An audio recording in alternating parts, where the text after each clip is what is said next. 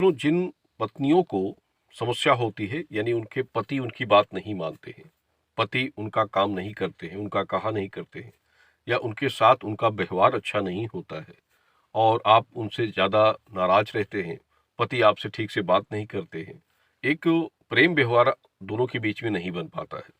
तो उसके लिए कुछ स्त्रियां काफ़ी परेशान होती हैं। इस वीडियो में हम आपको उसके लिए कुछ उपाय बता रहे हैं।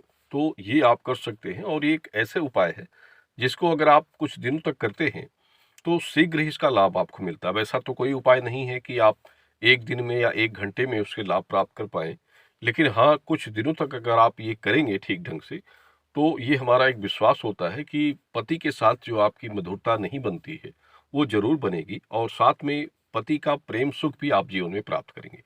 कई देखिए स्त्रियां होती हैं, ससुराल में जाते हैं तो उनको एक सही सम्मान इज्जत प्राप्त नहीं होता है और जो आपका सबसे मूल आधार आपके पति होते हैं, अगर उनका प्रेम किसी पत्नी को ना मिले तो फिर वो ज़्यादा निराशा उसको होती है। ससुराल में भले ही सभी सुख हों, सारे सुख हों, लेकिन पति का सुख ना मिले तो उसके जीवन के लिए सबसे बड़ी एक चिंता का विषय हो जाता है।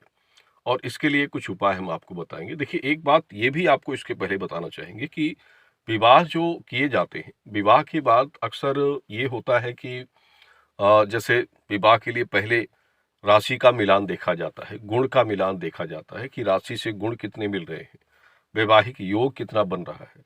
तो ये चीजें तो साथ में देखी जाती हैं। उसके बाद एक चीज ये भी, जैसे नाड़ी या भकुर दोष देखा जाता है, ग्रह के मिलान, जैसे दोनों की अगर जन्म तिथियां होती हैं तो दोनों के राशि चक्र और ग्रह के मिलान देखे जाते हैं कि ग्रह और राशि चक्र का मिलान किस अवसर से बन रहा है। और जैसे हम जिनको इस संबंध की जानकारियां जैसे देते हैं व्हाट्सएप के माध्यम से, तो खास तौर से ये चीजें हम जरूर देखते हैं क्योंकि ये सबसे बड़ा पॉइंट होता है। और अगर ये मिलान सभी कुछ सही ढंग से नहीं बनते हैं तो उस स्थिति में उनको विवाह नहीं करना चाहिए। अगर मिलान सही नहीं है फिर भी आपने विवाह कर लिया तो विवाह के बाद ये समस्या होगी कि शादी के बाद पति पत्नी में सामंजस्य ठीक से नहीं बनेगा, प्रेम भाव नहीं होंगे, मन मुटाव रहेगा, लड़ाई झगड़े, वाद विवाद, यहाँ तक कि डिवोर्स या तलाक की भी नौबत आ जाती है। कई सारी समस्याएं विवाह के बाद होती हैं। संतान को लेकर भी समस्या हो सकती है, आर्थिक परिस्थिति कमजोर हो जाती है।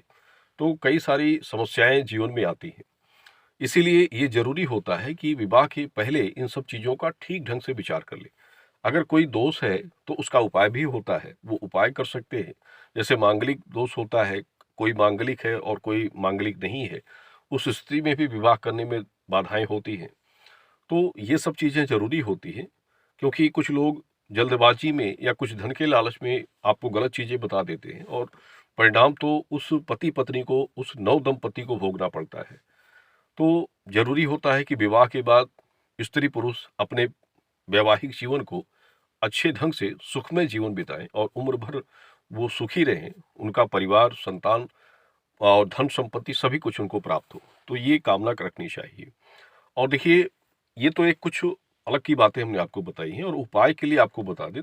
देखिए, इस उपाय में क्या करना है आपको कि शुक्रवार के दिन, किसी भी शुक्रवार के दिन में आपको 21 इलायची खरीदनी है बाजार से। 21 इलायची के दाने आप ले लीजिए और उसको लेने के बाद सुबह आप जैसे स्नान कर लीजिए।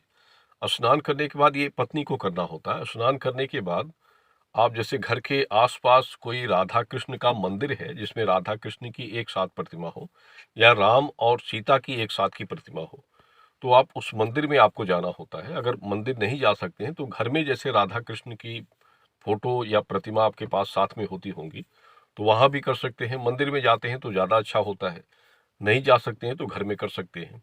तो 7 इलायची आपको लेनी है और एक नारियल ले लीजिए। नारियल जो चढ़ाने वाला नारियल होता है उस नारियल को ले लें और थोड़े से लड्डू प्रसाद के रूप में ले लीजिए। कुछ अगरबत्ती, फूल, सफ़ेद फूल रख सकते हैं।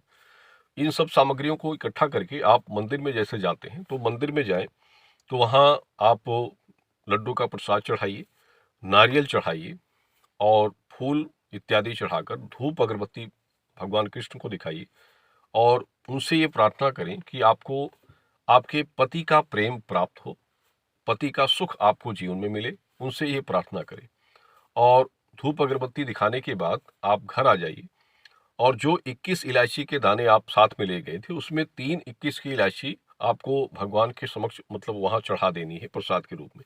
जैसे आप फूल चढ़ाते हैं तो ऐसे 21 में 3 इलायची के दाने आप चढ़ा दीजिए। शेष आपके पास जो दाने बचे हैं उसको आप घर में लाकर रख दीजिए। और पति जैसे सोने लगे तो उस इलायची के दानों को लाने के बाद एक लाल या सफ़ेद रंग की रुमाल आपके पास हो तो उसमें रखकर उसकी एक गांठ लगा दीजिए, यानी एक पोटली उन इलायचियों की बना लीजिए। पोटली बनाने के बाद आपको रात में पति आपके सो जाएं तो उनके सिर के चारों तरफ वो पोटली आपको 3 बार घुमानी है और ओम पति देवाय नमः, ओम पति देवाय नमः इस मंत्र को 3 बार आपको बोलना है। और पोटली 3 बार आपको घुमाकर उसको तकिए के नीचे सिर के पास ही रखें, चाहे तकिए के नीचे रखें या बिस्तर के नीचे, यानी सिरहाने की तरफ होनी चाहिए।